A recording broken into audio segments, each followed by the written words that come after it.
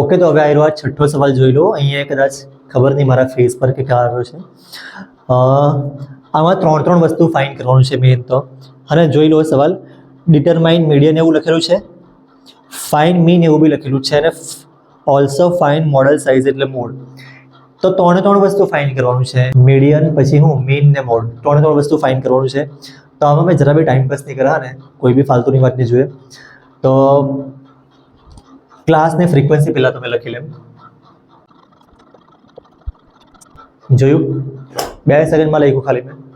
હવે ક્લાસ ને ફ્રીક્વન્સી લખ્યું છે, પહેલા હું ફાઇન્ડ કરીએ આપણે મીડિયન ફાઇન્ડ કરવા સારું અહીંયા મેં લખી દેમ CF એટલે આખું લખો અહીંયા એકચ્યુઅલી ક્યુમ્યુલેટિવ ફ્રીક્વન્સી. કોઈ વાર મને સ્પેલિંગ ની ખબર હોય તો મેં જોઈ લેમ, પણ હમણાં તો આઈડિયા મને ખબર છે. ક્યુમ્યુલેટિવ ફ્રીક્વન્સી વર્ડ બહુ લાંબુ થઈ ગયો. અને આપણે મીન બી ફાઇન્ડ કરવાનું છે ને આમાં. તો મીન બી છે ને આ જ ટેબલમાં, ટેબલ નાનું લાગ્યું તો કંઈ નહીં, આપણે બીજું ટેબલ ડ્રો કરવાની જરૂર નહીં મળે આના સારું. આ જ ટેબલમાં આપણે આવ્યું મીન બી કરી નાખવું.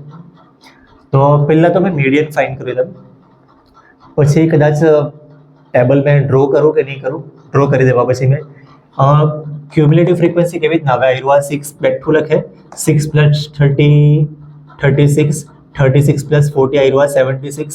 એમાં એરો એડ કરે તો કેટલા આવશે 92. આમાં એરો એડ કરે તો 96 અને 4 એડ કરે તો 100. અને આ થોડુંક મેં ફટાફટ કરી દેમ કેમ કે વિડીયો બહુ લાંબો થઈ જાય. તો એરો 100. આ બધાનું એડિશન બી એરો જ નંબર આવે. તો n ની વેલ્યુ છે ને એરિયા n = 100. અને આપણને n/2 નું બી કામ પડે. n/2 એટલે આનું હાફ 50. હવે મીડિયનનું formula L + n/2 - CF/F × H. તો L ની વેલ્યુ ક્યાં છે? હવે આ બધું કેવી રીતે લખવાનું હતું? n/2 એટલે 50 છે ને, તો તમારે આમાં 50 કરતાં થોડોક મોટો નંબર આવ્યો તો 76. તો આવ્યો ક્લાસમાંથી તમને બધી વસ્તુ ખબર પડે. કયું આવે? n એટલે આવ્યો 7. તો અહીંયા મેં લખી લેમ L = 7. H = બી અહીં તમને ખબર પડી જાય. ક્લાસ લેન્થ બધામાં 3 નો ડિફરન્સ છે. n/2 આપણે અહીંયા લખ્યું છે. CF એટલે 76 ના ઉપરનો નંબર લેવાનો હોય, અને F એટલે આવ્યો 40. ઓકે, આ થોડુંક સ્પીડમાં જતા છે આપણે, પણ તમે આગળના સવાલ જોયા હે ને ભાઈ, એક જ તો જોયો હે ને. અને તમારે બધું ડિટેલમાં સમજવું હોય ને તો પહેલો સવાલ જોવાનો. પહેલો સવાલ એકદમ ડિટેલમાં કદાચ કરાવ્યો જોઈએ પહેલો ડિટેલમાં, અને બાકી થોડુંક સ્પીડમાં જાય. L ની વેલ્યુ ક્યાં છે? L = 7 છે. n/2 એટલે 50 છે. CF ની વેલ્યુ 36 છે. F ની વેલ્યુ 40 છે. અને H ની વેલ્યુ ક્લાસ લેન્થ એરિયા 3 છે. 36 દેખાતું છે ને હરખું? હવે આનું માઇનસ કરી દે હું, એટલે 7 તો એમ જ માઇનસ કરું તો કેટલું આવે? 14 ડિવાઈડ આવ્યું 40. અને 40 નું આ 3 હાથે કંઈ કટ બી ઠાટું મળે નહીં. શું કરે હવે? આ બે નંબરનું તો હાફ થઈ જાય ને. કેટલું આવે આ બે નંબરનું હાફ? આનું 7 અને આનું 20. તો અમે લખી દે આવ્યું 7. પછી આ 7 ને 3 20 હાથે એકચ્યુઅલી કોઈ કટ નહીં થાય, તો 7 × 3 = 21 અને આ 20 એમ જ. હવે તમે 21 ને 20 ને ડિવાઈડ કરો તો બી કંઈ નહીં, પણ મેં ડિવાઈડ નહીં કરા. પહેલા સવાલમાં કરેલું એવું. આનું હાફ છે ને 10 આવી જાય, તો આનો ફાયદો ઉઠાવો. 10 એટલે 0 આવ્યો, 0 નો ફાયદો ઉઠાવો તમે. આનું હાફ કર્યું છે અને આનું બી હાફ કરવાનું. આનું હાફ કેટલું આવે? 21 નું હાફ 21 નું અડધું 10.5 10.5. ભલે પોઈન્ટમાં નંબર આવ્યો છે, મેં લખ્યો છે કેમ કે નીચે 10 છે ને, તો એનો થોડોક ફાયદો આપણે ઉઠાવી લઈએ. આ 7 + 10.5 / 10. તો આ નીચે 10 છે તો પોઈન્ટ એક સ્ટેપ પાછળ આવે, એટલે પોઈન્ટ અહીંયા હતો ને, તો આપણે અહીંયા લખવું 1.05 લખવું. એટલે આવ્યું 7 + 1.05 આવતું છે કે આમાં દેખાતું છે? અહીંયા મેં લખી લેવું 7 + 1.05 કેટલા આવે? 7 ને 1 8. તો 8.05 આવ્યું. તો આપણે ખાલી મીડિયન ફાઇન કર્યું છે. હવે મીન ફાઇન કરાવી દેમ, કેમ કે ટેબલમાં પેલું ટેબલ ડ્રો કરેલું છે, હાથે હાથે મીન ફાઇન થઈ જાય. મીન ફાઇન કરવા સારું આપણે કઈ મેથડ કરીએ? કઈ કરીએ બોલો તમે? તમે જે કઈ તે કરીએ. આનું મિડ પોઈન્ટ કયું આવશે? મિડ પોઈન્ટ જેવું આવે ને તેના પરથી આપણે મેથડ ઇઝી કે હાર્ડ કે કેવી થાય એના પર ડિપેન્ડ કરે. આનું 1 થી 4 1 to 4 મિડ પોઈન્ટ કયું આવે? 1 ને 4 5 આવે ને 5 નું અડધું અઢી. હા ને, આવી રીતના તમે ડિસાઈડ કરો. 1 + 4 કરે 5 આવે ને, 5 નું અડધું આપણે અહીંયા લખ્યું છે. બીજી રીતે કરવું હોય તો આ 1 થી 4 છે ને, 1 થી 4 તો 1 થી 4 નંબર લખ્યા છે તો આ પહેલો ને છેલ્લો કેન્સલ, પછી આ 2 ને 3 કેન્સલ, તો 2 ને 3 ના વચમાં શું આવે? આ જ આવે ને. તો આવી રીતના બી તમે કરો, ઠીક છે, જેવી રીતના કરો એવી રીતના.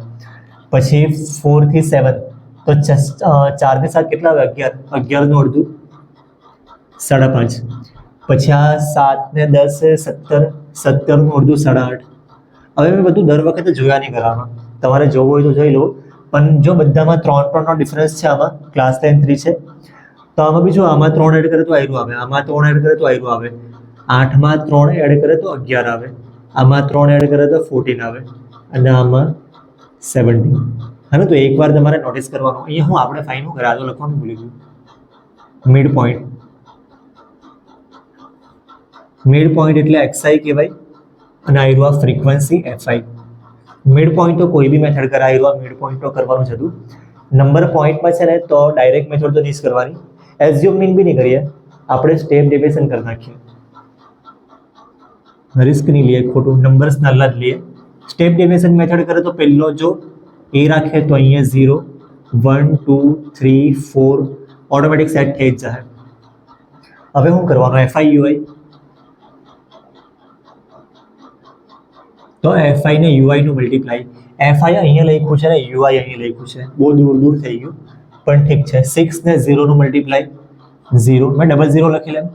1 ને 30 નું મલ્ટીપ્લાય 30, 2 અને 40 નું મલ્ટીપ્લાય 80, 3 ને 16 નું મલ્ટીપ્લાય નહીં આવડે 48,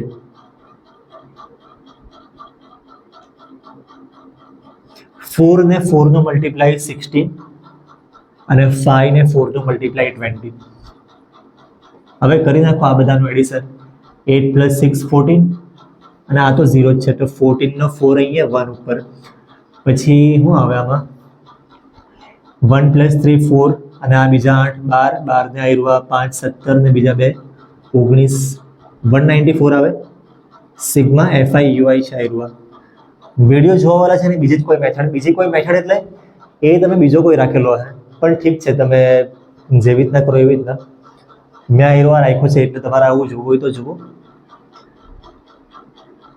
અને નહીં હોય તો પછી બીજી કોઈ યુટ્યુબ ચેનલ જોઈ લો. તમે જે રાખેલું એ કદાચ મળી જાય તમને. મેં આમાં આયરું કરાવી દેમ, કેમ કે આયરું ઇઝી લાગે એટલે નેગેટિવ નંબર નહીં એવા મળે ને, તો ઇઝી પ્લસમાં નંબર છે એટલે ઇઝી લાગે આપણને. તો આયરું થયું છે. અને સિગ્મા FI એટલે આયરું છે ને, એકચ્યુઅલી આયરું સિગ્મા FI જ છે 100 લખી લેમ. અહીંયા n લખેલું હતું, n એટલે એકચ્યુઅલી સિગ્મા FI. હવે મીનનું ફોર્મ્યુલા કયું આવે? x બાર. મેં આ બાજુ બીજું કંઈક લખા ને, તો મેં ફોર્મ્યુલા થોડુંક આ સાઈડથી લખું, ક્યાં તો ચાલે, સાફ કરી નાખું. પછી બીજું હું x બાર ફોર્મ્યુલા જ ખોટું લખ્યા કરું. મેં મીન વડ જ નહીં લખું, કે લખી લેમ તો સારું પડે. મીન x બાર = આયરું મેં નીચે લખું a + sigma FI UI / sigma FI ને h. એની વેલ્યુ ક્યાં છે? આયરી 2.5. Sigma FI UI આયરું 194. Sigma FI આયરું ક્યાં ગયું? 100 આવ્યું તો સારું પડે આપણને. અને આયરું h ની વેલ્યુ 3 છે ને આયરી. હવે શું કરવાનું? 2.5 mH. તો તમે જે કરવું હોય તે 194 ને આનું મલ્ટીપ્લાય કરી નાખો તો કેટલું આવે? 200 નું 3 હાટે મલ્ટીપ્લાય કરે 600 આવે. પણ 600 માં કેટલા ઓછા કરવા પડે આપણે? 6 ઓછા કરીને તો 18 ઓછા કરવા પડે, એટલે કેટલું આવે? 582. ઓકે, અને આયરુઆ 100. તમે મલ્ટીપ્લાય કરી દેવો તો બી આ જ આવશે, ઠીક છે. અને આયરુઆ 2.5 પ્લસ 582 ડિવાઈડ બાય 100 છે, એટલે પોઈન્ટ ખાલી લખવાનો અહીંયા. અને પહેલા પોઈન્ટ અહીંયા હતો, એકચ્યુઅલી લખેલો નહીં મળે પણ પોઈન્ટ અહીંયા જ કહેવાય ને, તો 2 સ્ટેપ પાછળ આવ્યો છે. હવે શું કરવાનું? એડિશન કરે ત્યારે થોડુંક ધ્યાન રાખજો. અહીંયા 2 ડિજિટ છે ને પોઈન્ટ પછી 2 ડિજિટ છે, તો અહીંયા બી પોઈન્ટ પછી 2 ડિજિટ લખવાના. નહીં લખો તો બી કંઈ નહીં, તમે પ્રો લેવલના હોય તો નહીં લખે, પણ લખી મૂકે તો સારું પડે. આ 0 ને 2 નું એડિશન, 2, 8 ને 5 નું એડિશન કેટલું હોય? મગજમારી થઈ ગઈ. 13 નો 3 અહીંયા પોઈન્ટ તમારે અહીંયા પોઈન્ટ બી લખવાનો છે ને, અહીંયા ઉપર લખવા પડે 1. 13 નો 3 લખો ને 1 કેરીમાં, તો પછી આ 5 + 2 કરે 7 આવે ને, બીજો 1 8, 8.32. આવી રીતના મેં કરતો છે. તમને આવી રીતના ઠીક લાગે તો ઠીક, નહીં તો પછી નોટ ને પેન લઈને ઘરે નાખો. બીજું 8.32 આવ્યું, તો મીનની વેલ્યુ આઈડિયા આવી છે. હવે મોડ ફાઇન થઈ જાય આટલી જગ્યામાં, થઈ જવું જોઈએ. Mode is equal to formula. મોડને કોઈક વાર ઝેડ લખેલું હોય, એનું formula L plus F1 minus F0 2F1 minus F0 minus F2 અને આયરુઆ H. હવે એલની વેલ્યુ મોડ એટલે કેવી રીતના કરીએ આપણે? F1 એટલે ફ્રીક્વન્સી, બધા કરતાં મોટી ફ્રીક્વન્સી ક્યાં છે? આયરી વિડીયો ચાલુ છે કે મેં જોતો હતો, કોઈ વાર મગજમારી થઈ જાય. F1 આયરુઆ છે. આ બધું વસ્તુ મેં સાઈડ પર લખી લે, મેં જ નહીં લખા, કારણ કે અહીંયા ઓલરેડી બધું કચરું જેવું થઈ ગયું છે. તો 30, 14 અને 16 ક્યાં લખું? 30, 14 અને 16 આયરુઆ છે F1, આ છે F0 ને આયરુઆ છે F2. ઠીક છે, લાઈનમાં જ છે. અને H ની વેલ્યુ અહીંયા લખેલી છે, અને L ની વેલ્યુ આ ધ્યાન રાખજો. L છે ને આયરુઆ મીડિયન સારું હતો. જોઈએ તો આપણે અહીંથી કાઢીને અહીંયા લખી લે. મેં ક્યાં લખું? કાળું થઈ ગયું. ગમે ત્યાં લખી લેવાનું, મીડિયન જ્યાં લખ્યું છે ને ત્યાં લખી લેજો. L = 7 ને નહીં લખે તો બી બહુ વધારે ફરક નહીં પડે, પણ L ત્યાં બી આવવાનો છે ને. મોડ એટલે આમાં હોય સેમ જ આવ્યો, ઠીક છે. હા ને, હાઈએસ્ટ ફ્રીક્વન્સી આયરુઆ છે, F1 આયરુઆ છે, તો એની સામેનો ક્લાસ આયરુઆ, એની લોઅર લિમિટ 7, તો L = 7. અહીંયા તો બંનેમાં સેમ આવી ગયો, પણ કોઈક વાર અલગ બી આવી શકે. બધી વેલ્યુ મૂકી દઈએ તો L ની વેલ્યુ આયરુઆ 7 મૂકવાની છે. F1 માઇનસ F0 એટલે આયરુઆ 40 માઇનસ 30. પછી 2F1 એટલે આયરુઆ 2, F1 ની value 40 minus F0 minus F2 એટલે આયરુઆ 30 અને 16. અને આ બ્રેકેટમાં H એટલે ક્યાં ગયું? આયરું 3. હવે આ બધું કરી નાખવું જરાક. કેટલું આવે? આનું માઇનસ કરે 10 આવે, આનું 80, અને આ બેનું -46, અને આયરુઆ 3 mH. હવે આનું માઇનસ કેટલું આવે? કરો ભાઈ કરો, નોટ પેન ની ઉચકવાની ને ખાલી વિચારો. 34 આવશે. તો આયરુઆ 10 mH અને આયરુઆ 3 mH. હવે આમાં કટ કરી મૂકીએ. કેટલું આવે? બંનેનું અડધું થઈ જાય. 10 નું અડધું 5 અને આનું અડધું 17. હવે 17 તો કટ નહીં થાય. હા ને, અમુક પ્રો પ્લેયર એવો હોય કે આ 7 ને આ 7 કટ કરી મૂકે. હું કેમ પછી 7 mH ના આયરુઆ 5 3 15 ડિવાઈડ બાય 17. 17 થી ડિવાઈડ કરવાનું, 17 નું ટેબલ તો યાર